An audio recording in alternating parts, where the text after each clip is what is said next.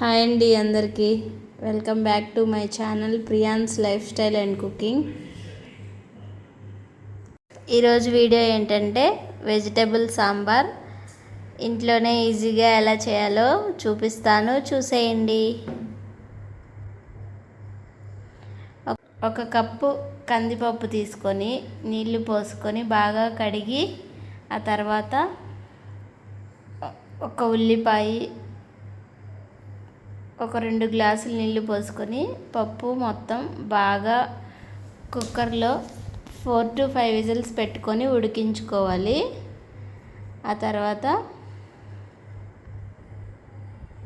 Vegetables ఏమేమి ఉంటే అన్నీ కట్ చేసి పెట్టుకోవాలి. ఈ విధంగా ఒక 3 పచ్చిమిర్చి, ఒక పెద్ద సైజు ఉల్లిపాయ, ఒక 2 టమాటాస్, ఒక పొటాటో, ఒక క్యారెట్, 2 డ్రమ్ స్టిక్లు, వంకాయలు మాత్రం తర్వాత కట్ చేసి పెట్టుకుంటాను. చిన్న నిమ్మకాయ ఎంత సైజు చింతపండు తీసుకొని నీళ్లు పోసుకొని నానబెట్టుకొని పక్కన పెట్టుకోవాలి. ఆ తర్వాత ఒక కడాయిలో ఆయిల్ వేసుకొని ఆయిల్ బాగా హీట్ అయ్యాక తాలింపు గింజలు, ఎండుమిర్చి, వెల్లుల్లి, కొంచెం ఇంగువ వేసుకొని ఫ్రై చేసుకోవాలి. ఆ తర్వాత అందులో పచ్చిమిర్చి, ఉల్లిపాయలు వేసి కొంచెం మగ్గనియాలి. ఆ తర్వాత కట్ చేసి పెట్టుకున్న వెజిటేబుల్స్ అన్నీ వేసి 1 by 1 అవి కాస్త ఫ్రై అవనివ్వాలి. అసలు చూడండి వెజిటేబుల్స్ వేసాక ఎంత కలర్ఫుల్గా ఉందో.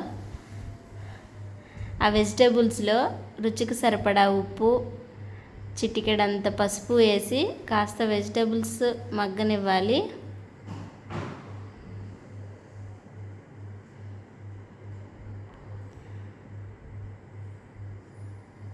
ఆ తర్వాత నేను కట్ చేసి పెట్టుకున్న వంకాయలు వేసుకున్నాను.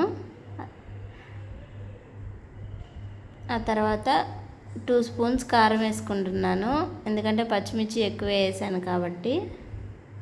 అది కాస్త మగ్గనివ్వండి మూత పెట్టి. ఆ తర్వాత ఈ ముక్కలన్నీ మునిగేలాగా వాటర్ పోసుకోవాలి.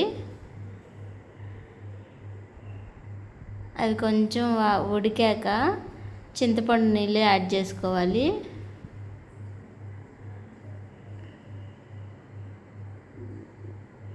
చింతపండు పులుసు పోసుకొని ముక్కలు బాగా ఉడికించుకోవాలి.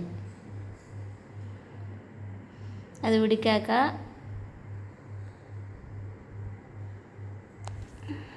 మెదుపుకున్న పప్పుని అందులోకి యాడ్ చేయాలి. అందులోకి వేసి మీకు కావాల్సినన్ని వాటర్ యాడ్ చేసుకొని కన్సిస్టెన్సీ చూసుకొని ఉడకనిచ్చి ఆ తర్వాత 2 టేబుల్ స్పూన్లు సాంబార్ పొడి వేసుకుంటే బాగా తెరలనివ్వాలి.